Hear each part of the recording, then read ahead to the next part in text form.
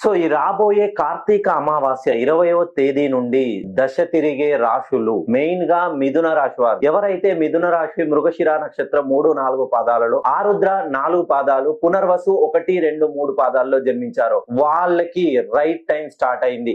ఇప్పటి నుండి మీకు డబ్బులకి కొదవ ఉండదు. ఇప్పటి వరకు మీరు పడ్డటువంటి అష్ట కష్టాలు నష్టాలు మీ జీవితంలో ఉన్నటువంటి సమస్యలు అన్ని సమసిపోయినట్టే.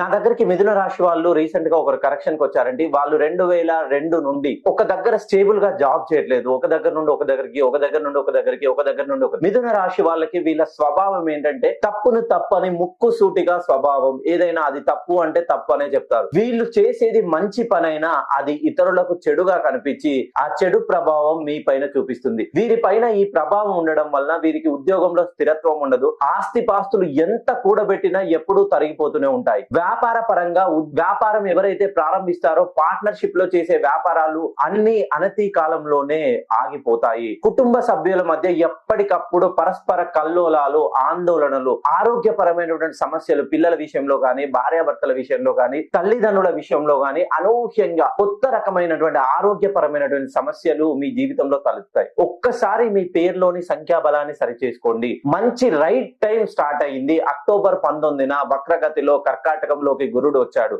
గురు బలం ఉంటే ఈ ప్రపంచాన్ని జయించేంత శక్తి మీలో ఉంది. ఇప్పటి వరకు మీ పేరులోని సంఖ్యాబలాన్ని సరిచేసుకోకపోవడం వల్ల మీరు మీ జీవితంలో ఆర్థికంగా నిలదొక్కుకోలేకపోయారు. మీ పేరులోని సంఖ్యాబలాన్ని ఒక్కసారి సరి చేసుకొని చూస్తే తెలుస్తుంది మీరు ఎంత స్ట్రెంగ్త్ ఉందో మీ పేరు.